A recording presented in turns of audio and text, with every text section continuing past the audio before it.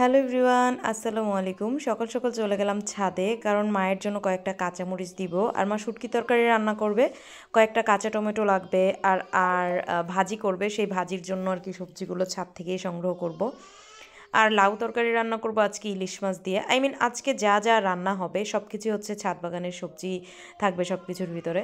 তো আমি বরবটি এখান থেকে একটাতে বীজ রাখবো, কারণ বৃষ্টির দিনে বরবটিটা খুবই সুন্দর হয়। আর এই গাছটা আমি অনেক আগেই বুনে দিয়েছিলাম, তো ভাবলাম যে এই বীজটা পাকলে এই বীজটা আবার ফেলে দেবো, তাহলে বৃষ্টির দিনে আর কি আবার সুন্দর হয়ে যাবে। আর বরবটি গাছে বেশি দিন সময় নেয় না, খুব তাড়াতাড়ি বরবটি ধরে। আমারটাই দেরি হয়েছে কারণ আমি আনসিজনে লাগিয়েছিলাম। আর এখানে মাশাআল্লাহ টমেটো খুব সুন্দর হয়েছে। আগামীকালকে ইনশাআল্লাহ টমেটো, তারপরে লাউ পেড়ে শ্বশুরবাড়িতে নিয়ে যাব, আমার শাশুড়িকে দিয়ে আসবো। তো আমি প্রথমবারের মতো আমার গাছের লাউটা হারভেস্ট করলাম। এই যে গাছের লাউগুলো হয়তো বা সাইজ ছোট, তো যাই হোক, ছোট হোক আর বড় হোক, মাশাআল্লাহ লাউ যে হয়েছে এটাই আলহামদুলিল্লাহ। আর রান্না করেছি, জুয়েলের বাবা খেয়ে এতটা প্রশংসা করেছে যে বাহ, গাছের লাউ তো খুবই মজা। আর কি টাটকা টাটকা গাছ থেকে পেরে এরকম রান্না করতে খুবই ভালো লাগে। আর সবসময় লাউ গাছ লাগালে ট্রাই করবেন যে রোদে লাগানোর। রোদের লাউ অনেক বেশি মিষ্টি হয়। যেই লাউটা ছায়াতে হয় সেই লাউটা পানসে হয়, এবং হচ্ছে ওই লাউটা সেদ্ধ হতে চায় না। আর এখানে জুয়েরা মাদ্রাসা থেকে এসেই শাওয়ার নিয়েছে। শাওয়ার নেওয়ার পর ও হচ্ছে র্যাকের কাপড়গুলো সব কিছু বের করে ফেলেছে। আমি বললাম যে কি করো, ও বলছিল যে আমি ভাঁজ করে রাখবো আবার সুন্দর করে গুছিয়ে। মাশাল্লাহ আমার মেয়েটা খুবই লক্ষ্মী। টিপে দেই, টিপে টিপে টিপে টিপে টিপে টিপে টিপে, তুমি চুলটা টিপে দেই, টিপে টিপে টিপে টিপে টিপে টিপে টিপে টিপে। দুপুরে জারিক জাবেরকে ভাত খাইয়ে ওদেরকে ঘুমানিয়ে দিলাম। আর ঘুমানোর আগে ওদের সাথে আমি খুবই দুষ্টুমি করি। আর আমি আমার ছেলে মেয়েদের সাথে এতটা ফ্রেন্ডলি আচরণ করি যেন ওরা বড় হয়ে কোনো কিছু আমার কাছ থেকে গোপন করতে না হয়। মানে ওদের সব কিছু জুয়েরে এখনই মানে কোনো গোপন কথা বা থাকে না এরকম বাচ্চা মানুষের কোনো কথা, সব কিছু আমার সাথে শেয়ার করে। বলে আবার বাবাকে বলবে না, তো আমি আর ওর বাবাকে বলি না। মানে ওর কথাটা ওর কাছে ওইরকমভাবেই আমি গোপন রাখি। অনেক বাবা মা আছেন বা অনেক মায়েরা আছেন, কোনো কিছু হলেই মানে আপনাদের হাজব্যান্ডকে বলে দেন বাচ্চার সামনেই যে জুয়েরে এটা করেছে বা বাচ্চা এটা করেছে, তখন ওরা লজ্জা পায়। তাহলে কি হবে, আপনারা বড় হলে বাচ্চা আপনাদের কাছে কোনো কিছু বলতে চাইবে না, মানে ভাববে যে মা তো বাবাকে এটা বলে দিবে, এরকম আর কি।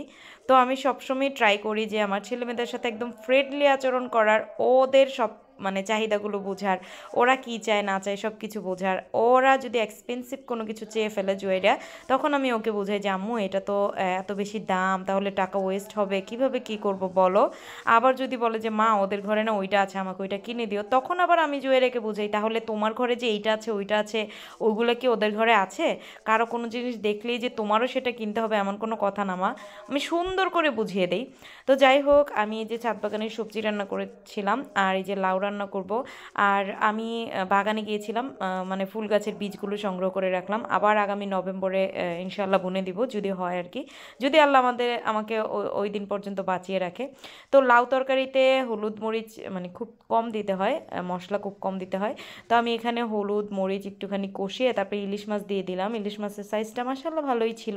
এই ইলিশ মাছটা ছিল 1000 টাকা কেজি। আমি বাসা থেকে যে ইলিশ মাছটা নিয়েছিলাম ওইটা কিনেছিলাম 800 টাকা কেজি। ওই ইলিশ মাছের সাইজ কিন্তু আরও অনেক বড় বড় ছিল, তাই না? বাসাতে কম দামে পাওয়া যায়, কারণ তাদের দোকান ভাড়া লাগে না, তাদের প্রতিদিন বিদ্যুৎ খরচ নেই, এই কারণে আর কি কম দামে পাওয়া যায়। আর এখানে আমি মাছটাকে কষিয়ে নিলাম, মাছটাকে কষিয়ে মাছটাকে উঠিয়ে নিব। ইলিশ মাছের তরকারি সবসময়ই আমি কষিয়ে রান্না করি। আমার মা আবার মানে মা ভাবি বোনেরা ওরা আবার ভেজে খায়, কিন্তু ইলিশ মাছ ভেজে তরকারি রান্না করলে আমার মনে হয় যে ইলিশ মাছের ঘ্রাণ টান সব কিছু মানে ভাজাতেই চলে যায়। আর তারপর লাউগুলো দিয়ে দিলাম। লাউটা মাসাল্লাহ একদম এক পাতিল ভরা ছিল যখন দিয়েছি, তারপরে একদম অর্ধেক পাতিল হয়ে গেছে। তারপরে এখানে আমি পেঁয়াজ দিয়ে দিয়েছি। এখানে হচ্ছে আমি কলিটাকে বাগার দিব আর কি। তো গোস্ত ছিল, ওই গোস্তটাকে সুন্দর করে একটুখানি ছিঁড়ে দিয়ে দিলাম, কলের সাথে দিয়ে দিব। এই কলিগুলো গতকালকে মা কিনে এনেছিল বাজার থেকে, সেই কলিগুলো অর্ধেক খেয়েছি অর্ধেক ছিল, তো ভাবলাম যে আরেকদিন এটাকে খাওয়া যাবে। তো একটু জিরা দিয়ে দিলাম, একটু ভাজা ভাজা করে এখন কলিটাকে দিয়ে একটুখানি নাড়াচাড়া দিয়ে দিব। তো কলিটাকে নামিয়ে নিব ইফতারির জন্য আর কি। তো এই যে ছোলা আর কোলে একসাথে ছিল, আমরা এটাকে কোলই বলি, আপনারা হয়তো বা ডাবলি বলবেন। আর আমি ওইদিকেও রান্না করছি আর এইদিকে লাউটাকে কিছুক্ষণ পর পর আবার একটু নেড়ে চেড়ে দিচ্ছিলাম। আর তারপরে মাগরিবের টাইম হয়ে এসেছে, আর আমি সবসময় আর কি ইফতারের আগে আগে দিয়ে বেগুনি পেঁয়াজগুলো ভাজি। আর সবসময় আমি পেঁয়াজই ভাজি, বেগুনিটা ভাজা হয় না। তো আজকে আবার একটু পেঁয়াজও ভেজে নিচ্ছি বড়ার মতো করে। আর ডুবো তেলে পেঁয়াজও ভাজলে মা পছন্দ করে না, এজন্য অল্প তেলে, তাও একটু আমি কিন্তু বেশিই তেল দিয়েছিলাম।